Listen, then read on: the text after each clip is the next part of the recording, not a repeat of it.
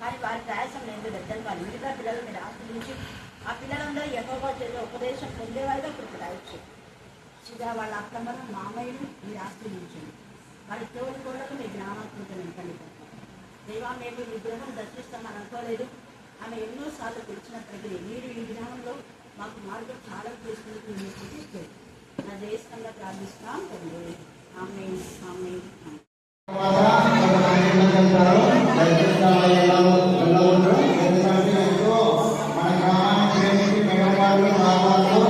ఎంతో ఖర్చు పెట్టుకుంటే ప్రయాసపడి మనం అందరం అనుకుంటున్నారు కాబట్టి దయచేసి ఏ ఒక్కరు ఇంటికి వెళ్ళకుండా భోజనం తర్వాత మందిరంలో కూర్చోవాల్సిందిగా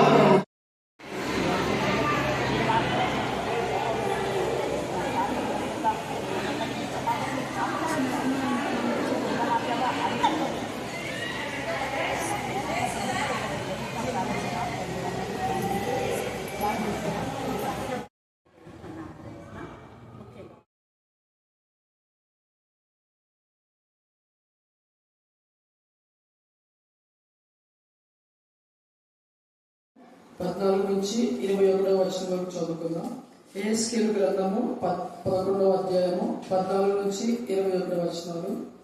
అప్పుడు యెహోవా వాక్కు నాకు ప్రత్యక్షమై ఇలాగ సెలవిచ్చెను, నరపుత్రుడా, యెరూషలేము పట్టణపు వారు ఈ దేశము మాకు స్వాస్థ్యముగా ఇయ్యబడెను. మీరు యెహోవాకు దూరస్తులుగా నుండుడి అని ఎవరితో చెప్పుచున్నారో వారందరూ ఇశ్రాయేలులై నీకు సాక్షాత్ బంధువులను నీ చేత బంధుత్వ ధర్మము నొందవలసిన వారని ఉన్నారు. కాబట్టి వారికి ఈ మాట ప్రకటింపుము, ప్రభువైన యెహోవా సెలవిచ్చినదేమనగా, దూరమునున్న అన్య జనులలోనికి నేను వారిని తోలివేసినను, ఆయా దేశములలో వారిని చెదరగొట్టినను, వారు వెళ్ళిన ఆయా దేశములలో కొంతకాలము నేను వారికి పరిశుద్ధ ఆలయముగా నుందును. కాగా నీవు ఈ మాటను ప్రకటింపుము, ప్రభువైన యెహోవా సెలవిచ్చినది ఏమనగా, ఆయా జనముల మధ్య నుండి నేను మిమ్మను సమకూర్చి మీరు చెదరగొట్టబడిన దేశంలో నుండి మిమ్మను రప్పించి ఇశ్రాయేలు దేశమును మీ వశం చేసినను. వారు అక్కడికి వచ్చి అక్కడ తాముంచి ఉన్న విగ్రహములను తీసివేసి తాము చేసి ఉన్న హేయ క్రియలను చేయుట మానుదురు.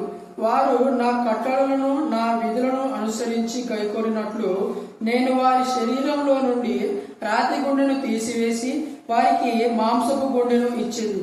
వారికి ఏక మనసు కలగచేసి వారి అందరూ నూతన ఆత్మను పుట్టింతును. అప్పుడు వారు నాకు జనులై యుందురు, నేను వారికి దేవుడినై యుందును. అయితే తమ విగ్రహములకు అనుసరించుచు తాము చేయవచ్చిన హేయ క్రియలను జరిగింప భూమి వారి మీదకి తమ ప్రవర్తన ఫలము రప్పింతును. ఇదే ప్రభు అయిన యెహోవా వాక్కు. దేవుడి లేఖను అర్ధరాత్రి కట్టుకోవడానికి కూడా లైఫ్ని ప్రార్థిస్తాం. ఎంతో దూరం చేస్తున్న పర్వతాన్ని కుటుంబంలో నెమ్మది మీరు కలగచేది బాగా, వాళ్ళ కుటుంబాల్లో రక్షణ మీరు దయచేది. వాళ్ళ చిన్నగా మీరు ఇచ్చిన విశ్వాసాన్ని నమ్మకానికి ఎంతో సూచించడం కూడా తక్కువే బ్రహ్మ. శ్రీకాంత్ కూడా మీ జ్ఞానంతో నింపమని ప్రార్థిస్తున్నాయా, కనికరించండి దేవా. మోషంలో ఉన్న ప్రతి బలహీనత ఏ స్థానంలో గర్తించమని ప్రార్థిస్తున్నా. మానవనే సరికి రావడానికి మీ కృపాస్థానం దయచండి. మేరకు కూడా పూర్ణ శక్తి దయచమని ప్రార్థిస్తున్నాం. ఆయన స్తోత్రం వారి ఏమైనా వాటిని బట్టి వారి కుటుంబాన్ని అతని అజిత మమత అంకిత సంతోషమా వారి యొక్క కుటుంబాన్ని అతని మీ కరుణాపీఠం ఎత్తిపడుతున్నారు. జ్ఞాపకం చేసుకున్నాయా, కనికరించండి కనికరించండి కనికరించండి కనికరించండి. రోజు మనలో బలహీనత ఏ సమయంలో గర్తించమని ప్రార్థిస్తున్నాం. స్తోత్రం దేవా. ఎవరి బిడ్డందరూ కూడా నా ప్రభావం అతని మీ జ్ఞానాత్మక రోషం గల దేవుడుగా ముందుకు సాగడానికి మీ కృపాస్థానం దయచండి. ప్రార్థన విన్నందుకు మేము స్తుతిస్తూ మరి ముఖ్యంగా చిన్నారులు అతని మీ సంఘంలో వాడుకొని ఈరోజు స్పీచ్ లో మీరు ఇచ్చిన ఘనమైన విజయాన్ని బట్టి నా ప్రభావాన్ని స్తుతిస్తున్నాం. దేవ మీకే స్తోత్రం మీకే స్తోత్రం మీకే స్తోత్రం మీకే స్తోత్రం మీకే స్తోత్రం మీకే స్తోత్రం. మీకే వందనాలు చెల్లిస్తూ మమ్మల్ని ఆత్మ మీకే సమర్పిస్తూ నజరేయుడైన యేసు క్రీస్తు శక్తిగల నామమున ప్రార్థిస్తున్నాం తండ్రి. ఆమేన్ ఆమేన్ ఆమేన్. నూతన ఆత్మను పుట్టించును. చెప్పండి, నూతన ఆత్మను పుట్టించును. మళ్ళీ చెప్పాలా, నూతన ఆత్మను పుట్టించును. నూతన ఆత్మను పుట్టించును అనే మాట అంటే దేవుడి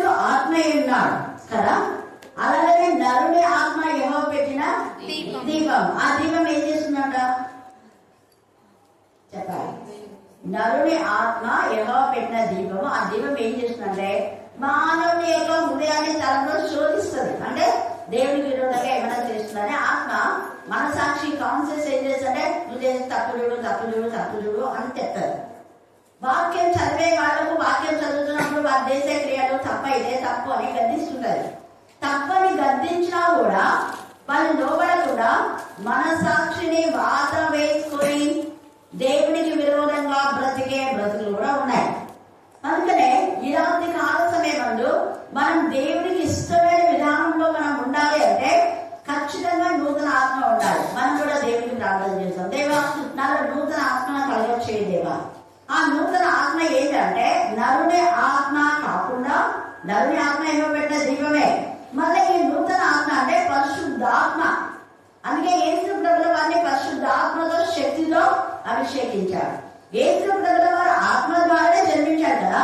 గర్భంలో శిష్యులు యోహాను కానివ్వండి, యేసు ప్రభులు కానివ్వండి, ఆత్మ ద్వారానే గర్భంలో ఉన్నప్పుడే వాళ్ళ ఆత్మ సంబంధులు. అందుకని ఆత్మ ఏం చేసింది? గంతులు వేసింది కదా. మరి తల్లి మరియా వందన వచ్చిన వినంగానే ఎలిజబెత్ గర్భంలో ఉన్నటువంటి యోహాను గంతులు వేశాడంట. గంతులు వేసిన యోహాను మనం యోహాను సువార్త కూడా మధ్య అంటే శుక్రవారం, గురువారం, ఆదివారం ఎన్నికలు ధ్యానం చేసుకుంటున్నాం.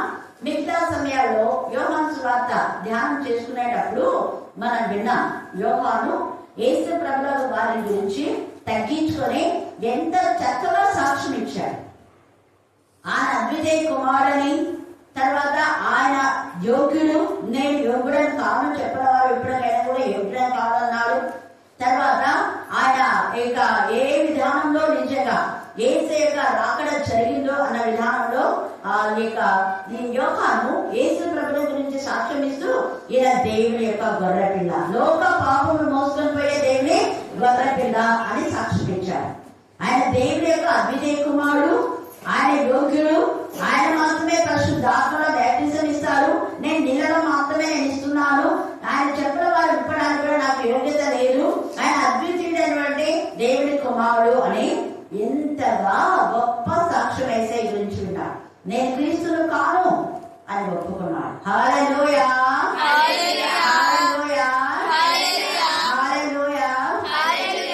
అలాగా దేవుని పిల్లలు తమ్ముడు తాము తగ్గించుకున్నారే కానీ హెచ్చించుకోరు.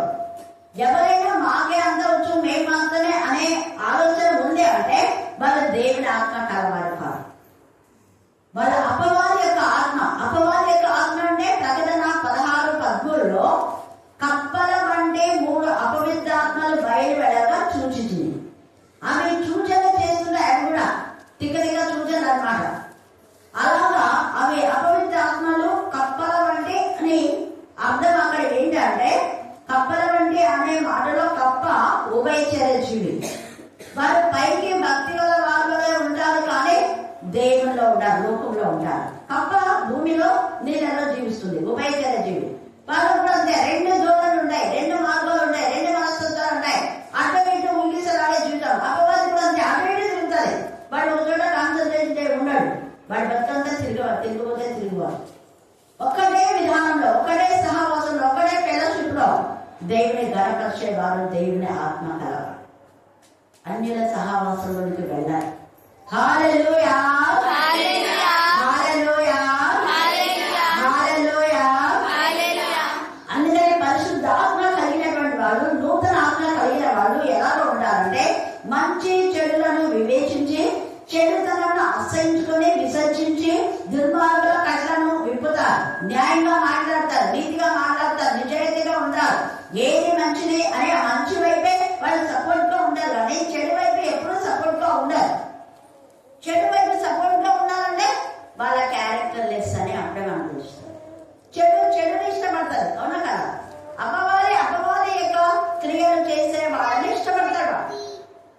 కానీ అపవాది దేవుని ఎందుకు భయభక్తి గల బిడ్డలను టార్గెట్ చేసి వాళ్ళని బాధ పెడతాడు. తనకు సంబంధించిన వాళ్ళని బాధ పెట్టేవాడు బాధ పెట్టాడు, దేవునికి సంబంధించిన దేవుని సంతతిని బాధ పెట్టాడు. నేను అదే చెప్తాను, దేవుని యొక్క సంతతిని బాధ పెట్టేవాళ్ళు అపవాద సంబంధం. అలాగే అన్యులందరూ కూడా దేవుని పిల్లలను బాధ పెట్టారు. అన్యులు చాలా మంది దేవునికి సపోర్ట్ గా ఉంటారు.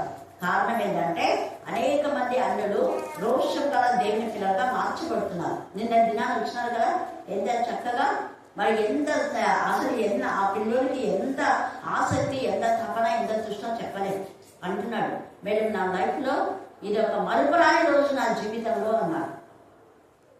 భయంకరంగా పీస్లెస్గా మంచిగా ఉన్నత చదువుతుంది, ఎంఎస్సీ బీడే చెప్పాడు. ఆ పిల్లోడు మళ్ళీ ఇక్కడ సినిమా థియేటర్ ప్రొపరేటర్ అంట. చూడండి, అప్పుడప్పుడు మన వాక్యాలు వింటుంటారు. ఎవరు ఇదనే తెలుసుకున్నారు. మన డేవిడ్ వాళ్ళ కొడుకు అప్పుడప్పుడు చెప్తున్నాడు వాక్యం అదంతా. ఇలాగా ఏదైనా తప్పుంటే ముఖాన్నే మాట్లాడేస్తుంది మా ఆంటీ, వెళ్దాము అనుకుని తీసుకొచ్చినాడు. నిజంగా చాలా రాత్రులు నిద్ర లేకుండా వింటున్నాడు. అలా బైబిల్ వెంటనే అడిగినాడు, మేడం నాకు బైబిల్ కావాలి అని. చూసారు, మనం కరపత్రికలు ఇస్తే చేసిన వాళ్ళు ఉన్నారు ఇదే గుడిలోనే.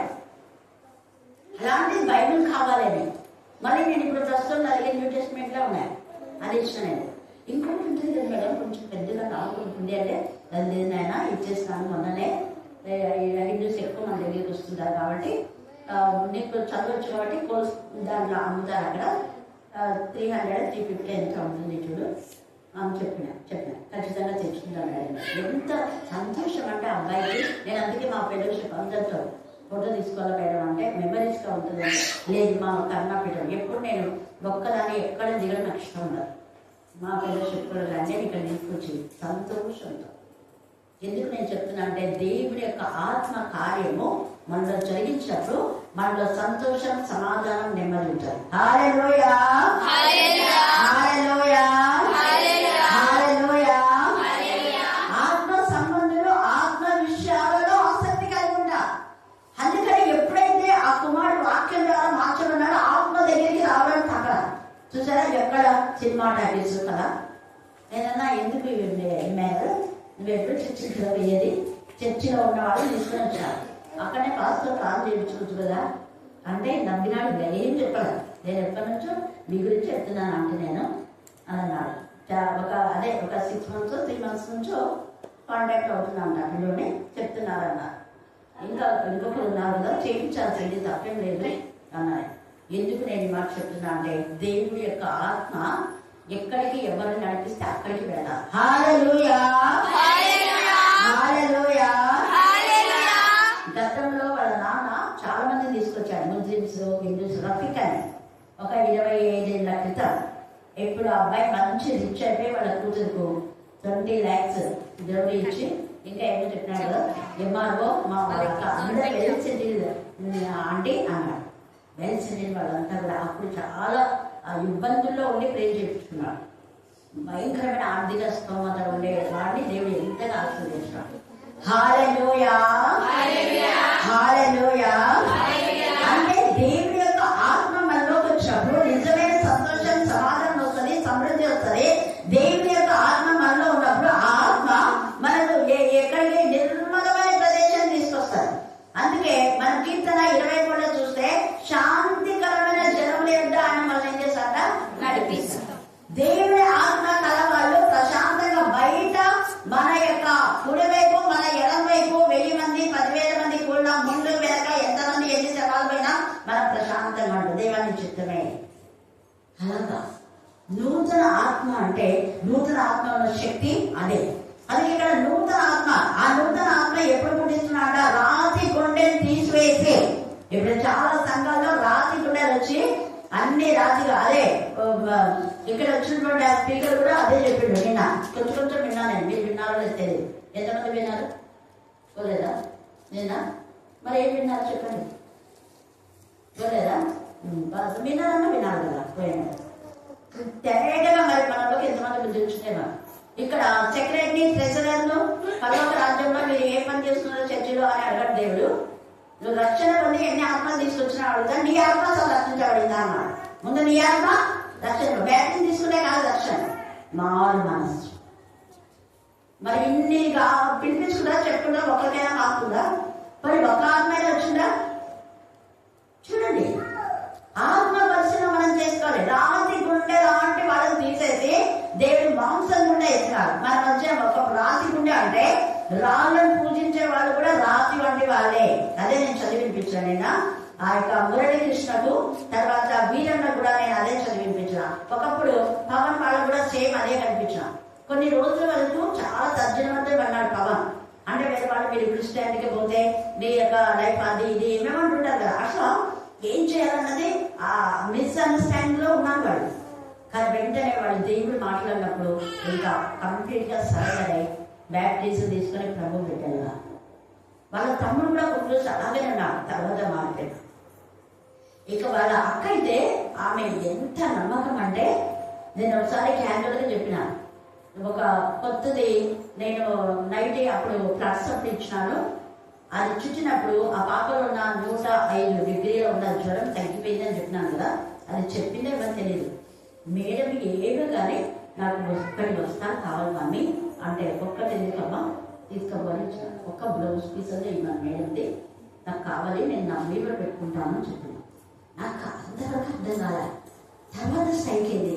నేను ఎప్పుడైతే ఈ మాట చెప్పినా ఆ తర్వాత అప్పుడు కొన్ని నావి ఉంటే అవి ఇంకా నేను వాడటం లేదులే అని ఇస్తే ఎంత సంతోషంగా చూడండి. అక్కడ ఎక్కడో ఉన్న ఆమెకు అంత నమ్మకం వచ్చిందంటే అక్కడ మనం చెప్పింటేనే కదా, రాతి గుండె బొమ్మలను పూజించేవాళ్ళు, రాళ్ళను పూజించేవాళ్ళు సజీవం గల దేవుడిని పూజించగలుగుతున్నారు అంటే నూతన ఆత్మ వాళ్ళు వచ్చినందుకే. హల్లెలూయా హల్లెలూయా హల్లెలూయా హల్లెలూయా. ఆ నూతన ఆత్మ ఉంది కాబట్టి అందరి దూరం నుంచి ఇక్కడికి వస్తారు. నూతన ఆత్మ ఉంది అంటే మన అసలు ఉండలే. ఒక్క రోజు దేవుడి సన్నిధికి రాకపోయినా ఇలాగనే ఉంటుంది అంటుంటారు కదా. అలాగనే మేము కూడా టైం అవుతుంది అబ్బా టైం అవుతుంది అనుకుని తొందరగా పంపించేసి నేను రాజుకున్నాను. వాళ్ళు అలా విన్నారు, ఇలా ప్రేర్ చేసేసిన అనుకునింటారు వాళ్ళు. నిజంగా నేను టైం ఎంత ఇదిగా నీ అక్క మెయింటైన్ చేస్తుంది అనుకుంటున్నా విన్నారు. హల్లెలూయా హల్లెలూయా. అందుకని ఇక్కడ యెహెజ్కేలుతో మాట్లాడుతున్నాడు తండ్రి దేవుడు, నువ్వేమి ఇక్కడ పైన అన్నాడు ప్రభు శేషంలో నిర్మూలన చేస్తావా అని గట్టిగా మొరవిన్నాడు. ప్రార్థన విని లేదు నేను కొంత ఇక్కడ వీళ్ళు శేషాన్ని నేను దేవుడికి మహిమకరంగా ఉన్నారనుకుంటే వాళ్ళలో చాలా మంది దేవుడి విరోధంగా ఉన్నారు. వాళ్ళు మాత్రమే నేను నిర్మూలన చేశాను, కానీ కొంతమంది నీ కోసం నేను పెట్టాను తెలుసా అని ఏమంటున్నా అంటే ఇక్కడ చూడండి 15వ వచనం. నరపుత్రుడా యెరూషలేము పట్టణపు వారు ఈ దేశము మాకు స్వాస్థ్యంగా ఇయ్యబడెను, మీరు యెహోవాకు దూరస్తులుగా ఉండుడి అని ఎవరితో చెప్పుచున్నారో వారందరూ ఇశ్రాయేలీయులై. ఎంత తేడా చెప్తున్నారు. దేవునికి విరోధంగా ఉండాలి, మీరు దేవునికి దూరంగా ఉన్నారు కదా, దూరంగానే ఉన్నారు. మరి మాకు దూరంగా మా దగ్గరికి ఎంత వస్తారు మీరు అనే వాళ్ళు నాకు సంబంధించిన వాళ్ళు ఉన్నారు. వాళ్ళని సాక్షాత్ బంధువులు, నీకు బంధువులు, నీకు ఎవరు లేదని కోరుకుంటున్నావు. యెహెజ్కేలు అంటున్నాడు ప్రభా అందరు అయిపోతున్నారు, అందరు శిక్షకులు అయిపోతున్నారు ప్రభా, అందరు నిర్మూలన అయిపోతున్నారే అని మొదలుపెట్టాడు. అక్కడ ఏరియా కూడా ప్రభా నేను అక్కడనే దోషం కదా వాడినాయి ఆ అపవాది చేతిలో లేకపోతే ఆ అన్యురాలు చేతిలో చనిపోకుండా వచ్చారు ప్రభా నీవే తీసేసుకో అన్నాడు. అయ్యో పిచ్చోడా 7,000 మంది ఉన్నారు నీ వెనకాల. హల్లెలూయా ఈ రాత్రి ఎవరు లేదని నువ్వు అనుకుంటున్నాయేమో, లేదా ఏమి లేదని నువ్వు అనుకుంటున్నాయేమో, తక్కువ ర్యాంక్ నువ్వు అనుకుంటున్నాయేమో. నీ తర్వాత దేవుని ఆశీర్వాదాలు ఉంటాయి. నువ్వు ఒక్కదాని కాదు, ఒంటరిదాని కాదు, నిరుపయోగమైన దాని కాదు, నీ కష్టాన్ని వృధా కాలే. చూసావా, అందుకే 7,000 మంది ఉన్నది అసలు పాప ఏలేకే. అలాగనే ఇక్కడ మనం చూసినట్లయితే గిద్యోనులో ఉన్న పరాక్రమం గిద్యోనికే లేదు. పరాక్రమం గల బలాఢ్యుడా అని ఒక గిద్యోని చూస్తే గిద్యోచ్చు కదా, పిలవాలి పిచ్చోడా నువ్వు పరాక్రమం గలవాడి, నువ్వేది పిలుకొన్నావా గోపురం దగ్గర ఉన్నావు. ఈ రాత్రి నీతో అంటున్నాడు తక్కువ మార్కులు వచ్చినాయి, నాకు ఉద్యోగం రాదు ఏడుస్తున్నావు పిచ్చిదానా. ఎంతకంటే మంచి ఉద్యోగాన్ని నేను ఇస్తాను ఇవ్వవలసిన టైంలో, ఎంతకంటే మంచి జీవితం దేవుడు ఇస్తాడు. ఎంతకంటే ఇంత కష్టపడుతున్నా ప్రభా నా పంటకు తగిన రేట్ రాలేదని నువ్వు అనుకున్నావు పిచ్చిదానా. దేవుడు రేట్ నిర్ణయిస్తాడు. నీకు ఎప్పుడు తక్కువ కాదు, నీ కష్టార్జితం వృధా పోదు. ప్రభువునందు మన ప్రయాసం ఎప్పుడు ఎన్నడికి ఏ కాదు వ్యర్థం కాదు. ఆలస్యమైన అన్యాయం చేయని దేవుడు అనుకున్నాను. నేను అదే విజయ్తో కూడా చెప్పాను. చాలా కృంగిపోయినాడు విజయ్. వెంటనే నేను ధైర్యపరుస్తుండే అప్పుడు మేనని తీసుకుని వచ్చినాడు విజయ్ ద్వారా. వచ్చి చూడండి అంటే మీరైనా చెప్పండి అని. నేను అదే అన్నా, దేవుడు ఎప్పుడు ఎవరికి ఏ టైంలో ఇస్తాడో ఆ టైంలో ఇస్తాడు. పుట్టించిన దేవుడు ఆయన వాళ్ళకి సహాయం చేయకుండా అంటాడా? ఆ యొక్క 5 రోజులు మా పాప ప్రశాంత్ అయితే చెప్పింది 5 రొట్టెలు 2 చేపలు, 5,000 మంది పురుషులు మాత్రమే, కానీ స్త్రీలు పిల్లలు వచ్చి చాలా మంది, కొన్ని వేల మంది. మళ్ళీ ఏమైంది? మిగిల్చబడే జీవితం దేవుడికి ఇస్తాడు, కొరత జీవితం దేవుడిస్తాడు. ఇక్కడ ఏం చేయాలి అనుకుంటాడు? అవి అందరూ అయిపోయిన శేషమే లేదు అనుకుంటాడు. కానీ సాక్ష్య బంధువులుగా నీ చేత బంధుత్వ ధర్మం నొందవలసిన వారే ఉన్నారు. కాబట్టి వారికి ఈ మాట తగిలిపు ప్రభు ఎక్కువ సెలవించలేమనగా దూరం ఉన్న అన్ని జనులకి నేను వారిని తోసివేసినాను. ఆయా దేశములలో వారిని చెదరగొట్టినను.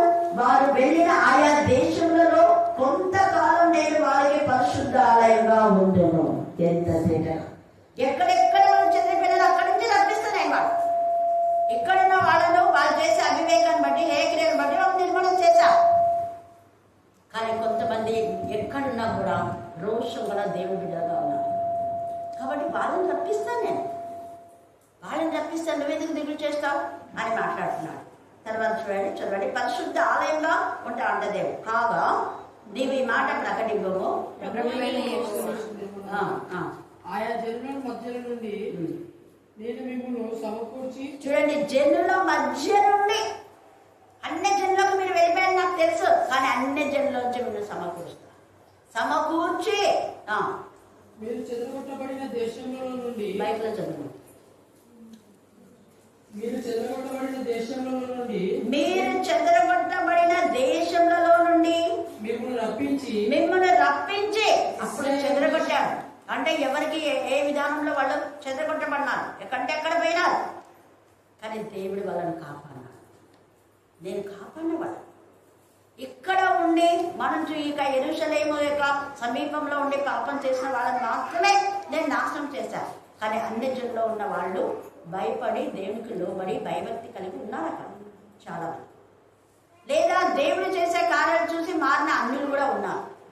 వాళ్ళు నీకు ఇష్టమైన వాళ్ళుగా చేస్తారు. చెదిరిపోయిన వాళ్ళందరూ తీసుకొని వస్తాను అంటున్నాడు.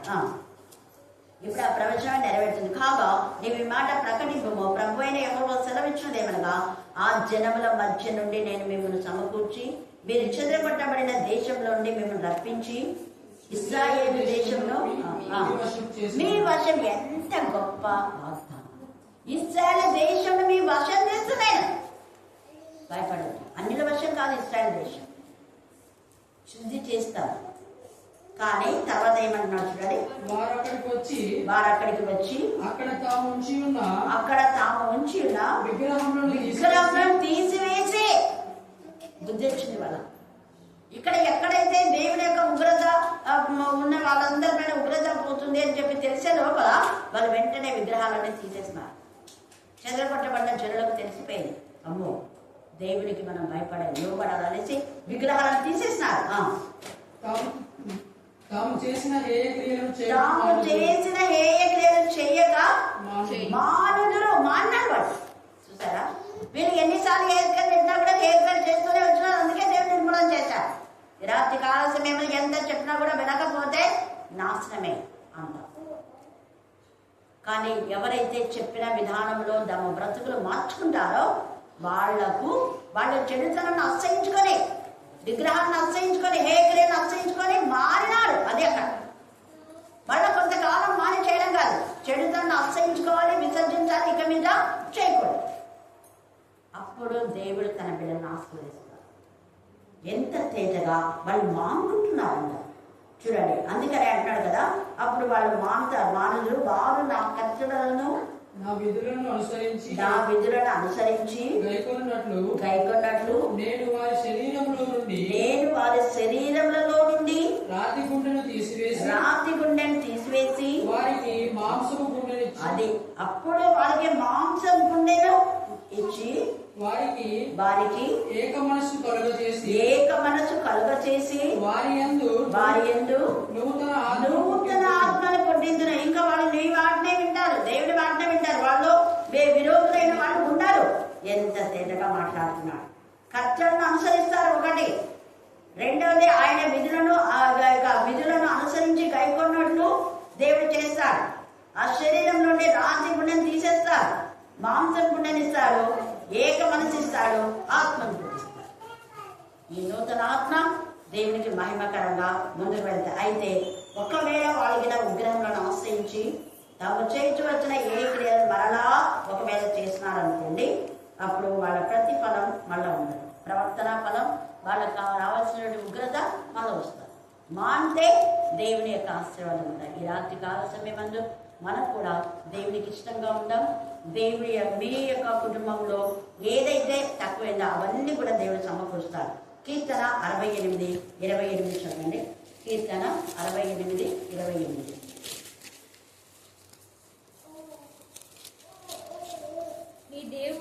నీ దేవుడు నీకు బలం కలగా నియమించి ఉన్నాడు. నీకు బలము కలుగా నియమించి ఉన్నాడు.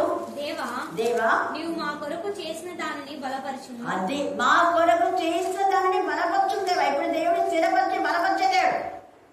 రాతి గుండెని తీసేశాడు, మాంసం గుండించాడు, నూతన ఆత్మ పుట్టించాడు. దేవుడు బలపరుస్తున్నాడు. కీర్తన 84:5.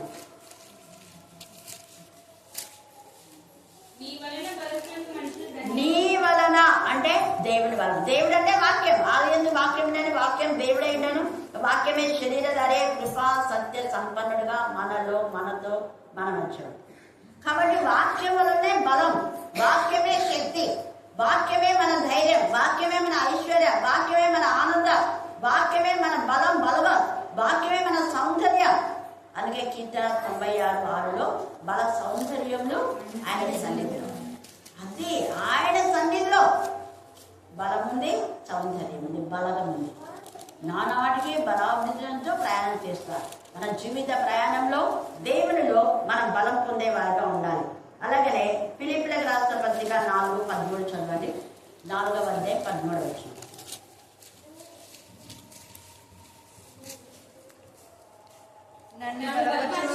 నేను సమస్తము చేయగలను. చూసారా, నన్ను బలపరచువాని ఏందే దేవుడిని అడగండి. ప్రభా నన్ను బలపరచుతాను. నీ బలహీనతలో దేవుడు నీకు బలాన్ని ఇస్తాడు, శక్తిని ఇస్తాడు. ఆయన కాపులలో ఉంటుంది. అపోస్తుల కార్యం 20:28. అపోస్తుల కార్యం 20:28. దేవుడు తన స్వరక్తం ఇచ్చి సంపాదించిన తన సంఘమును కాయటకు పరిశుద్ధాత్మ మిమ్మును దేనియందు అధ్యక్షులుగా ఉంచెను. ఆ యావత్తు మందను గూర్చి మీ మట్టుకు మిమ్మల్ని గూర్చి జాగ్రత్తగా ఉండాలి. ఆ పదవి ఈ పదవినే పదవి చూసి గర్వించొద్దని మాట్లాడుతున్నాడు. జాగ్రత్తగా ఉండాలి. దేవుని ఇచ్చిన వాటిని బట్టి నమ్మకంగా చేస్తున్నావా? పక్షపాతం లేకుండా చేస్తున్నావా? విధురాలను చిన్న చూపు చూస్తున్నావా? తల్లిదండ్రులు లేదు కదా అని వాళ్ళ గురించి మరి దౌర్జన్యం బలత్కారం చేస్తున్నావా? లేక అడుగుతా ఉంటే అప్పగించిన పనిలో నమ్మకంగా ఉండాలి. దేవుడు రక్తమిచ్చి స్వరక్తమిచ్చి కొంత సంఘం అదే ఎవరి బాబుసం కాదు. దేవుడు ఏర్పాటు చేసినటువంటి కృప, దేవుడి కృపను మనం నిర్లక్ష్యం చేయకూడదు. సామెతలు 28:13. సామెతలు 28:13. అతిక్రమములను దాచిపెట్టేవాడు వాటిని ఒప్పుకొని విడిచిపెట్టేవాడు. అది ఒప్పుకోవాలా, విడిచిపెట్టాలి, అప్పుడే మనం కనికరం పొందుతాం. కాబట్టి ఇక్కడ ఎంత మంచి సహవాసనే దేవుడు ఇస్తున్నాడు. 1 పేతురు 3:9. 1 పేతురు 3:9. ఆశీర్వాదమునకు వారసులగుటకు మీరు పిలువబడితే, అదే మనం ఆశీర్వాదమునకు వారసులు అవుటకు మీరు పిలువబడితే, మీరు మీరు మీరు మీరు అంటున్నారు. మన సంఘం నా సంఘం అనేది కాదు. కలిసి మనం దేవుని స్తుతించాలి, మహిమపరచాలి. మనం ఏకంగా, అందుకే ఏక మనసు అంటున్నాడు. 2 లేక 3 ఎక్కడ ఉంటారు అక్కడ యేసయ్య ఉంటాడు. 2 కలిసి, ఒకవేళ 2 కలవలేకపోతున్నారా అంటే నువ్వు ఒక్కరివి ఒక్కదానికి కాదు. విజ్ఞాపన చేయ ఆత్మ నీ పక్షంగా విజ్ఞాపన చేస్తూ సహాయం చేస్తున్నాడు. 2 నీ పక్షంగా విజ్ఞాపన చేస్తున్నాడు. అందుకనే ప్రార్థించేటప్పుడు ప్రార్థిస్తున్నాము అనాలి, ప్రార్థిస్తున్నాను అనకూడదు. ఎందుకు అంటే విజ్ఞాపన చేయ ఆత్మ మనలో ఉంటేనే మనం ప్రార్థిస్తాం. విజ్ఞాపన చేయ ఆత్మ మనతో కలిస్తేనే 2 ఏకీవించి భూమితో దేని విప్పులో కల్లో కొంత గుణం కొంత విప్పబడుతుంది, అద్భుత కార్యం చేయండి. అందుకే పదే నేను నాకు ఏం చెప్పినా మీకు అందరూ చెప్పేది. అందుకే అందరూ కలిసి దేవుని కనపరిస్తే విజ్ఞాపన చేస్తాం మనతో ఏకీభవిస్తాం. ఈ యొక్క అర్థము ప్రకటనలో ఉంది. పరిశుద్ధులందరి ప్రార్థనలతో కలిపి బలిపీఠంలో ఉన్నటువంటి నిప్పులను తీసి అప్పుడు పైకి పోతారు. పైకి పోయేది అదే. అందుకే ఎంత ఇదిగా ఆత్మను దేవుడు ఉంచినాడు కాబట్టి ఏలియా యొక్క ప్రార్థన దేవుడు విన్నాడు. అంటే ఏలియా ఒక్కడు చేసింది కాదట, దేవుని ఆత్మ ఏలియాలో ఉంది. ఏలియా మనవంటే స్వభావం కలవాడే, కానీ దేవుడు ఏమిచ్చినాడ? నూతన పరిశుద్ధాత్మ మనలో ఉన్నప్పుడు పరిశుద్ధాత్మ విజ్ఞాపన చే ఆత్మ. రోమా 8:26లో మనం ఎలా ప్రార్థన చేయాలో మనకు తెలియదంట, కానీ ఆత్మ తానే మన పక్షంగా ఏం చేస్తుంది? ఉచ్చరింప శక్యంగానే మూలుగులతో విజ్ఞాపన చేస్తుంది. అక్కడ నడిపింపచే దేవుని ఆత్మ, విజ్ఞాపన చే ఆత్మ. నెహెమ్యా, ఎజ్రా చదివితే కరుణించే ఆత్మ, ఉపకారం చే ఆత్మ, బోధించే ఆత్మ ఉంది. ఇక్కడ నూతన ఆత్మ.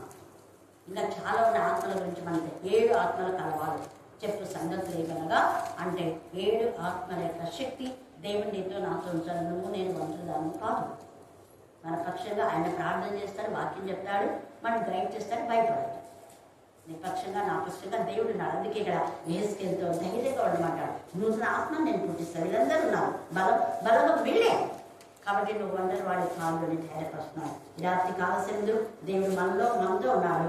తర్వాత ఇది అపొస్తలుల కార్యం 21:8లో కూడా మనం చూస్తే ఆడపిల్లలైనా కూడా ఫిలిప్పీ కుమార్తెలు దేవుని ఘనపరిచినారు. ఇంకొక రోజు ఈ ఆడపిల్లల గురించి మనం విందాం. దేవుడు లేఖన భాగాలు దీవించి ఆశీర్వదించుగాక. ఆమేన్ ఆమేన్ అని చివరి మరణ ప్రభు ఘనంగా నీకు మహిమకరంగా జరిగించిన విధానం బట్టి స్తోత్రం మరలా తిరిగినైనా మా మధ్యకు చేర్చి ప్రయాణమంతే తోడని మా మధ్యలో చేర్చి మరి యొక్క ఆరాధనలోనైనా మరి గడుపుటకు నువ్వు ఇచ్చిన ధన్యతను బట్టి స్తోత్రం చెల్లించుకుంటున్నామయ్యా. మరి అక్కను బట్టి అక్కనైనా చెప్పనైనా వాక్యాన్ని బట్టి స్తోత్రం చెల్లించుకుంటున్నాం దేవా. మీకే స్తోత్రం చెల్లించుకుంటున్నాం తండ్రి. ఇంతవరకు పాటల ద్వారా నేను కనపరిచి మహిమపరిచిన విధానం బట్టి స్తోత్రం. వాక్యంలోనైనా మరి ప్రతి బిడ్డలు వీడిని విడిచిపెట్టకుండా ప్రతి హృదయంలోనైనా నాటబడాలన్న కృపదయచేయండి తండ్రి. కృపదయచేయండి నేను మరి ప్రార్థించిన వారిని వాక్యంలోనైనా కంఠస్థ వాక్యం ఇచ్చిన బిడ్డలు చెప్పినైనా నీ బిడ్డల్ని బట్టి నైనా దీవించండి, ఆశీర్వదించండి నైనా.